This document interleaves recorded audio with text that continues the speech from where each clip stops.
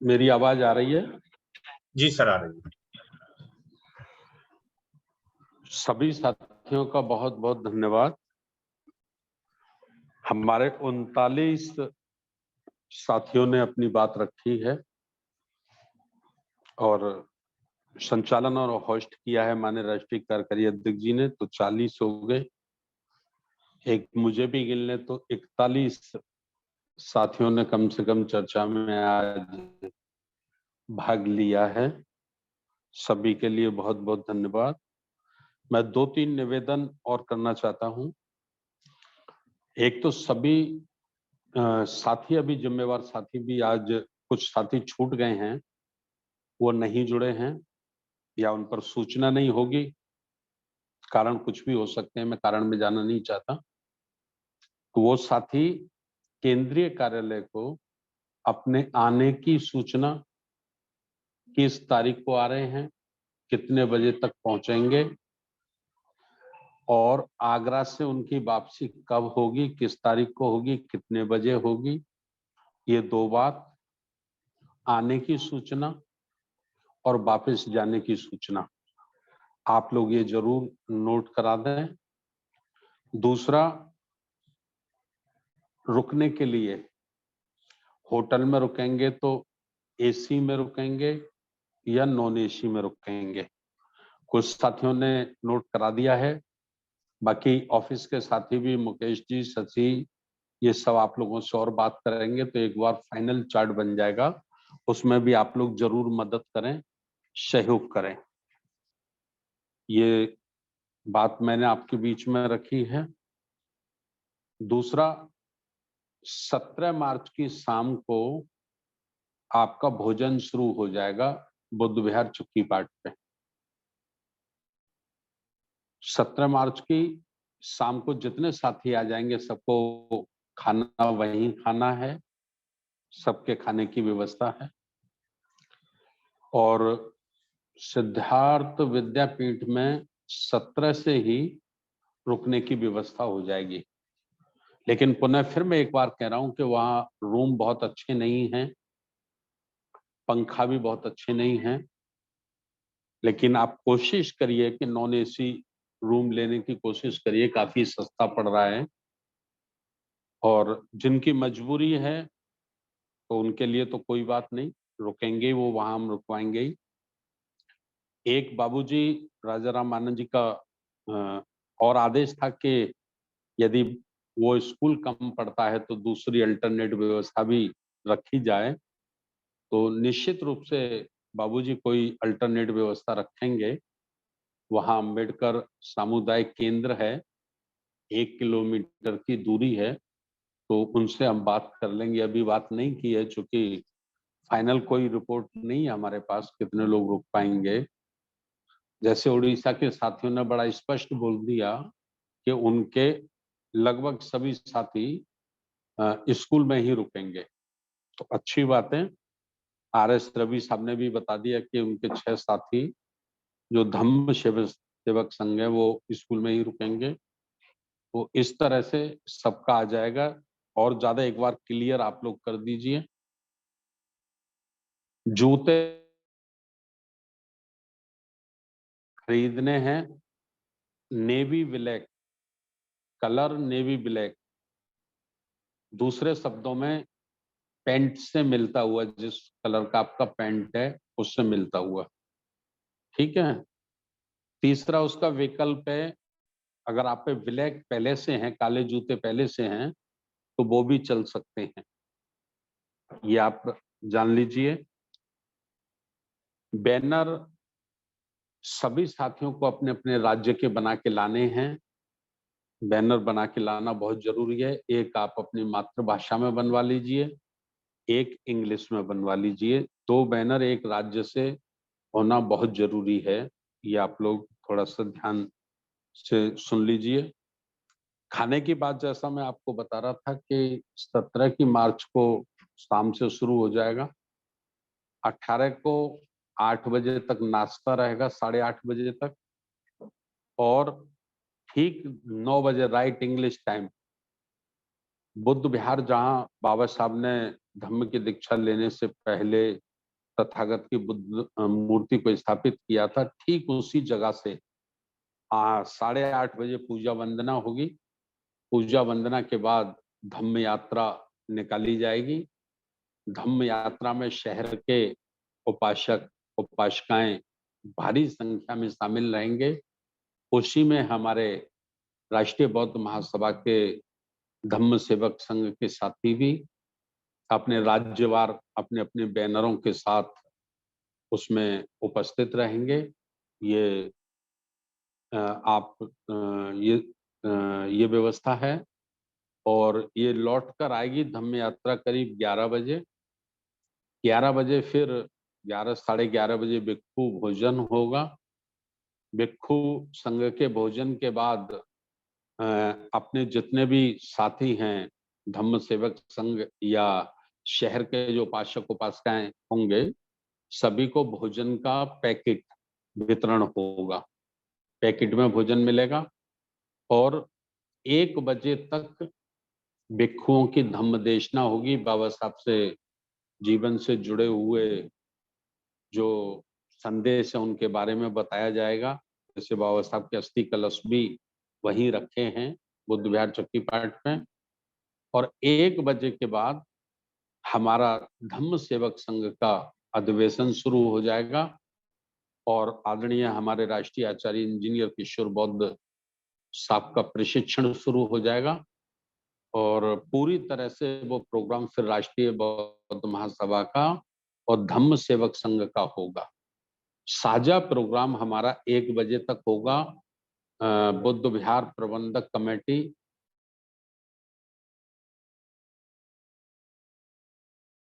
धम्म सेवक संघ का joint programme दोपहर 18 मार्च के 1 बजे तक जॉइंट प्रोग्राम रहेगा। उसके बाद स्वतंत्र रूप से मंच हमारा होगा। मंच भी हम ही बना रहे हैं, पूरा काम भी राष्ट्रीय बौद्ध महासभा ही कर रही है। ये चलेगा। 19 को भी सुबह का जो भाग होगा वो आदरणीय इंजीनियर किशोर साहब का कैडर होगा और चाय के बाद फिर हम लोग दूसरी चर्चा करेंगे पूरे देश भर में महापुरुषों के आंदोलन को एक योजनाबद्ध तरीके से कैसे आगे लाया जाए और बाबा साहब की विशेष बातें जो बाबा साहब ने कही थी 18 मार्च 1956 को, उसकी एक किताब आदरणीय बाबूजी करतार सिंह भारती साहब ने लिखी है। तो उसकी भी 1000 कॉपी हम लोगों ने छपा ली हैं। तो वो निःशुल्क धम्म सेवक संघ के साथियों को वितरण होगी। निःशुल्क होगी, उसका कोई शुल्क नहीं होगा। लेकिन वो धम्म सेवक संघ के साथियों को ही बाबा साहब का वो भाषण, और अभी तक ऐसा हम जानते थे कि बाबा साहब केवल 2 बार आगरा आए थे। 10 मार्च 1946 को बाबा साहब आगरा आए थे, सुभाष पार्क में उनका कार्यक्रम था और 18 मार्च 1956 को रामलीला ग्राउंड में लाल किला मैदान में एक विशाल बहुत बड़ा उनका कार्यक्रम था। लेकिन जब मैंने वो किताब को, कल मैं बाबूजी के साथ रहा था करतार सिंह भारती जी के साथ, तो हम लोग उसको अंतिम रूप दे रहे थे किताब को। तो जब मैंने उसको चेक किया तो बाबा साहब 3 बार आगरा आए हैं। 1950 में भी बाबा साहब आगरा आए थे, लेकिन वो उनका प्रोग्राम जो था वो निजी प्रोग्राम था, कोई सार्वजनिक प्रोग्राम नहीं था। माता सविताबाई अंबेडकर भी बाबा साहब के साथ थी। वो भोपाल से दिल्ली जा रहे थे, बाई रोड आए थे, तो ताजमहल देखने के लिए रुके थे। तो ताजमहल बाबा साहब डॉक्टर अंबेडकर जी ने और माता सविताबाई अंबेडकर जी ने देखा था, उसका फोटोग्राफ उनके पास था। तो वो फोटोग्राफ भी उस किताब में छप रहा है। तो इस तरह से बाबा साहब का आगमन आगरा में 3 बार हुआ। ये एक जानकारी हमारी नई बढ़ी कल। तो वो किताब सभी साथियों को मिलेगी। ये मैंने आप लोगों से निवेदन किया है। विशेष रूप से मैं फिर एक निवेदन कर रहा हूँ कि 8:30 बजे तक जितने साथी भी हमारे धम्म सेवक संघ के आगरा आ जाएंगे 18 मार्च को या 17 मार्च की शाम को या 16 मार्च की शाम को, उनको 8:30 बजे तक अपनी यूनिफॉर्म के साथ तैयार होना है। यूनिफॉर्म जैसे शर्ट और पैंट तो आपके पास है और जूते भी आपको ही खरीदने हैं। उसके बाद कैप, कैप के ऊपर मोनोग्राम, ये शोलर पर DSS और ये सोलर के अंदर पंचशील की एक पट्टी हम लोग प्रिंट करा रहे हैं, जैसा अ, वो बम्बई के हमारे अ, राष्ट्रीय महासचिव साहब ने, शेषराव साहब ने डाली थी अपनी वर्दी, अपनी ड्रेस में, उस किस्म की, तो वो भी आपको मिलेगी। और कमर की बेल्ट, और सब तीनों आइटम पीतल के हैं। बक्कल भी पीतल का है जिस पर DSS लिखा है, बहुत अच्छा मोनोग्राम बना हुआ है। कैप, और कैप के अंदर भी मोनोग्राम है, पीतल का है। और शोल्डर जो लगेगा DSS, वो भी पीतल का है। तो उसकी नेट कॉस्टिंग 300 रुपये है। वो 300 रुपये भी आपको देने हैं। 1,000 रुपया प्रत्येक व्यक्ति को धम्मदान कार्यक्रम के लिए करना है, जिससे कार्यक्रम करने में सहयोग मिलेगा। तो ये खास बातें जो थी मैंने आप लोगों के बीच में रखी है। एक अपील मैं और कर दूं, 11 मार्च को गांधी भवन लखनऊ शहीद स्मारक के पास ये गांधी भवन है, इसमें 800 कुर्सियां हैं, 150-200 लोग मंच पे बैठ सकते हैं। तो ये उत्तर प्रदेश के जिम्मेदार साथियों का महाधिवेशन किसान मजदूर कारीगर महासम्मेलन के नाम से ये रखा गया है। तो 11 मार्च के प्रोग्राम में भी जो लखनऊ से सटे हुए इलाके हैं, तो उत्तर प्रदेश के साथियों को तो आना ही आना है उसमें ज्यादा से ज्यादा संख्या में। लेकिन उत्तर प्रदेश से सटे जो क्षेत्र हैं, वहां से भी अगर हमारे कुछ साथी आ सकते हैं तो वह साथी भी आए, उनसे भी ये निवेदन है। यदि नहीं आ सकते हैं तो आपके जो संपर्क में हैं, मित्र मंडली में हैं या रिश्तेदार लोग हैं या परिचित लोग हैं, तो उनको आप फोन करके जरूर ये सूचना दें कि 11 मार्च 2023 दिन शनिवार, समय सुबह 10 बजे से गांधी भवन शहीद स्मारक हजरत महल पार्क के पीछे सामाजिक न्याय परिषद का एक बहुत बड़ा महासम्मेलन आयोजित किया गया है। उसमें आप सभी साथियों को आना है। तो ये बात भी आप उनसे अपील कर दें। और बड़ी खुशी है आज राष्ट्रीय बौद्ध महासभा के निष्ठावान साथियों के कारण पिछले 15 वर्ष से जो मेहनत हमारे साथियों ने की है, उसका रिजल्ट अब सामने नजर आ रहा है। रिजल्ट के रूप में आज हम देख रहे हैं कि पूरे देश भर में बुद्धिज्म की चर्चा बड़ी तेजी से होने लगी है, धम्म की चर्चा बड़ी तेजी से होने लगी है, और समाज में संस्कारों में भी बड़ी तेजी से बदलाव आ रहा है। हम लोग बड़ी संख्या में अपने जो संस्कार कराते हैं, जन्म संस्कार, लघुन टीका संस्कार, विवाह संस्कार, गृह प्रवेश संस्कार, और दुखद घड़ी में शांति पाठ या अंतिम संस्कार, तो मैं आज देख रहा हूं कि बड़े पैमाने पर यह संस्कार बुद्ध श्रमण संस्कृति से धम्म की संस्कृति से समाज में होने का एक प्रचलन बड़ी तेजी से आगे बढ़ रहा है। तो ये हम सब लोगों के लिए बड़ी खुशी की बात है। इसके लिए मैं सभी साथियों का धन्यवाद करता हूं, खास करके राष्ट्रीय बौद्ध महासभा के एक एक जिम्मेदार साथी का धन्यवाद हम करते हैं, जिनके कारण आज समाज प्रभावित हो रहा है।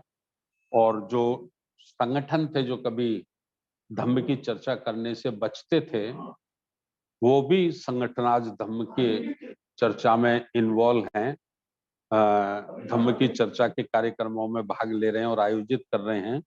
उन सबका भी धन्यवाद। एक बात विशेष रूप से कहकर मैं अपनी बात को खत्म कर रहा हूं, हमें एक्टिव रहना होगा। हमारा जो सेंटर ऑफिस का व्हाट्सएप ग्रुप है, हमें उसको रोज नहीं बल्कि हर 1 घंटे 2 घंटे बाद चेक करता रहना चाहिए कि कोई मैसेज तो नहीं है, कोई सूचना तो नहीं है। ये जरूर हमको करता रहना चाहिए। इसी तरह से राज्यवार जो हमारे ग्रुप बने हैं, तो राज्यवार के साथियों को भी करते रहना चाहिए। व्यक्तिगत रूप से आप लोगों ने जो ग्रुप बनाए हैं, उन ग्रुपों को भी आप लोग निश्चित रूप से चेक करते रहें। चूँकि ये नहीं आदमी को अफ़सोस होना चाहिए कि मैंने व्हाट्सएप नहीं देखा खोल के। कोशिश होती है कि ज़्यादा से ज़्यादा साथियों को कॉलिंग के माध्यम से बता दिया जाए, सूचना उन तक पहुँचे।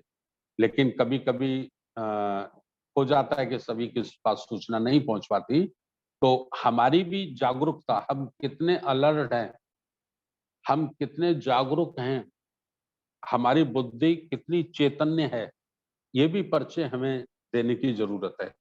तो अपने आरवीएम से संबंधित जो भी प्रोग्राम है, कार्यक्रम हैं, उनको चेक करें और चेक करके फॉरवर्ड करें।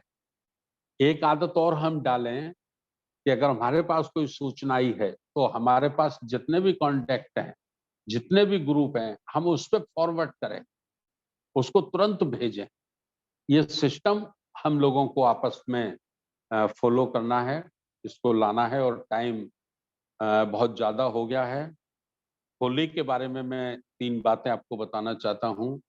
आज सुबह बुद्ध और उनके धम्म वाचन में भी मैंने बताई थी।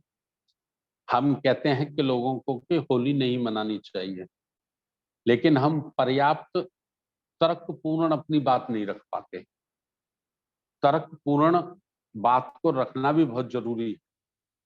तो तर्कपूर्ण है कि होली जलाने से 3 बड़े नुकसान। 3 बड़े नुकसान, सबसे बड़ा नुकसान है कि हम लाखों करोड़ों टन ईंधन, लकड़ियाँ, कंडे, जो ईंधन है, उसको जला के बर्बाद कर देते हैं। उसको लाखों करोड़ों टन लकड़ियाँ, कंडे, ईंधन जल जाता है, बर्बाद हो जाता है। ये एक बड़ा नुकसान है।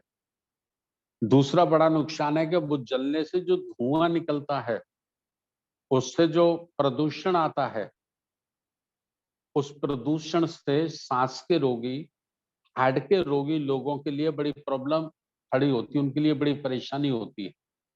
और आम नागरिक के लिए भी उससे स्वास्थ्य में बड़ी हानिकारक होती है वो प्रदूषण। उससे वातावरण को हम दूषित करते हैं। दूसरा ये नुकसान है। तीसरा नुकसान है कि हम कहते हैं कि नारी जगत जननी है, भारत माता है, और रियल लाइफ में वो है, रियल लाइफ में है। हमें हमारी माँ ने जन्म दिया, तभी हम पैदा हुए। तो माँ के रूप में, बहन के रूप में, दादी के रूप में, बुआ के रूप में, पत्नी के रूप में, बेटी के रूप में नारी जगत जननी है। तो हम उस नारी को प्रत्येक वर्ष जलाते हैं, प्रत्येक वर्ष जलाते हैं, उसका अपमान करते हैं।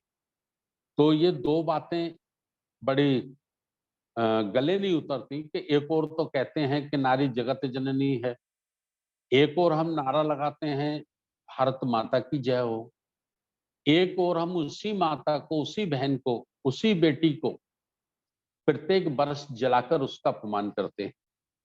तो ये बातें ना तो मानवता के दृष्टिकोण से सही है, ना वैज्ञानिक दृष्टिकोण से सही है, ना ही स्वास्थ्य के लिए ये सही है।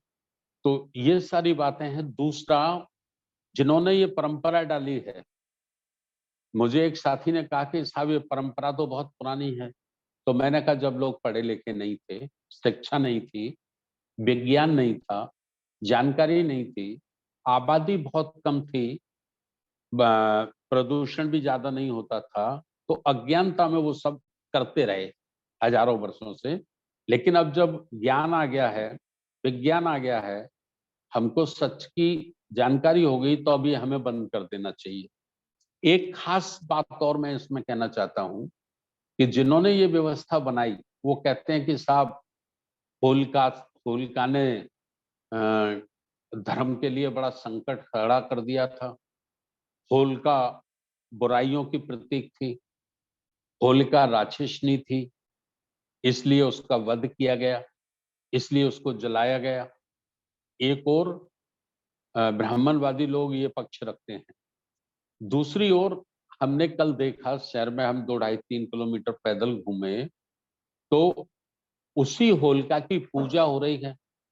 थालियां सजा सजा के महिलाएं ला रही हैं, उस पे मिठाई, बर्फी, घी, गुड़ चढ़ा रही हैं, अगरबत्ती लगा रही हैं और उसको पैर छू रही हैं, ऐसे करके पूजा पाठ कर रही हैं।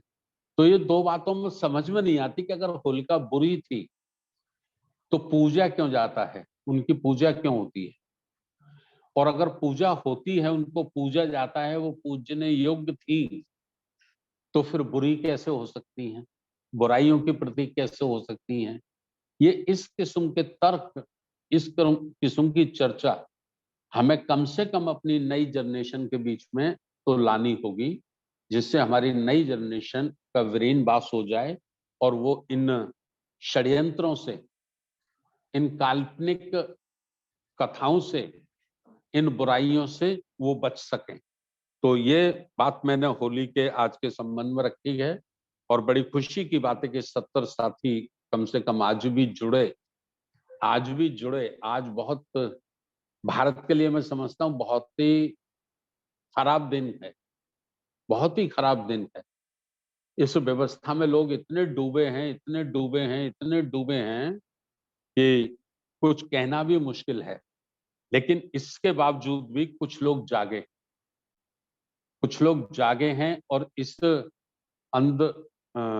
अंधविश्वास से, इस रूढ़िवादी व्यवस्था से बाहर हैं।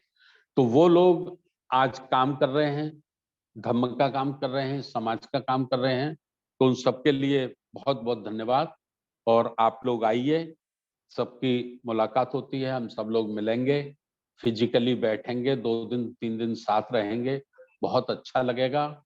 और धम्म की इस डोर को, सामाजिक न्याय की इस डोर को, समता मूलक इस समाज की डोर को हम लोग बड़ी तेजी से भारत के कोने-कोने तक में पहुंचाने की प्लानिंग बनाएं, योजना बनाएं, उसके लिए संसाधन जुटाएं, उसके लिए प्रबंध करें और अच्छे-अच्छे धम्म प्रचारकों की हम लोग नियुक्ति करें, चयन करें, अच्छे-अच्छे धम्म प्रचारक तैयार करें। ये आज वक्त की जरूरत है। पुनः एक बार सभी का आभार व्यक्त करते, सभी को धन्यवाद देते हुए मैं अपनी वाणी को यहीं विराम देता हूँ। पूरे 2 घंटे हो गए हैं, 2 बज गए हैं। सभी का बहुत-बहुत धन्यवाद। जितने साथी जुड़े, सभी को नमो बुद्धाय, जय भीम।